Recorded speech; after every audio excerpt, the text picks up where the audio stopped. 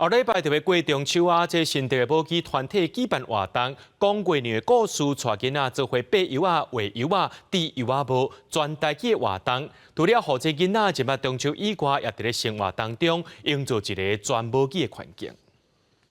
摕刀啊，切油啊，油啊切好爬油啊，一、两、三。趣味的油啊、手指头啊歌，大人囡仔拢欢喜对咧唱。新竹母鸡团体举办中秋活动，除了唱歌，更用台语讲月娘的故事。哇，月娘家边招冰、招凉、招甜诶！来参加活动的拢是台语家庭，中秋一般拢是一家伙仔团圆，即便甲侪母鸡家庭做伙过节。也透过趣味活泼的方式，同齐互囡仔明白中秋。因为平时中秋节拢是伫厝家己安尼食月饼、食油啊，安尼都算过啊安尼。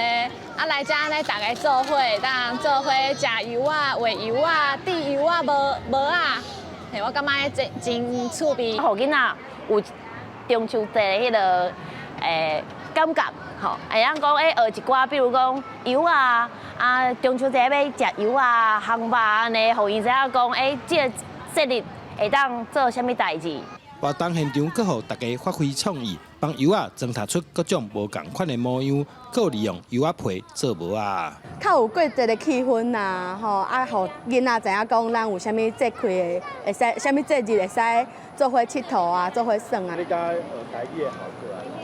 袂歹啊，因为伊就是无当做咧学，伊就是日常咧讲话开讲安尼。人讲中秋过年人团圆，透过趣味新式的活动，对自然的生活中做伙学台语，重要是阁有囡仔伴做伙哪耍哪讲台语。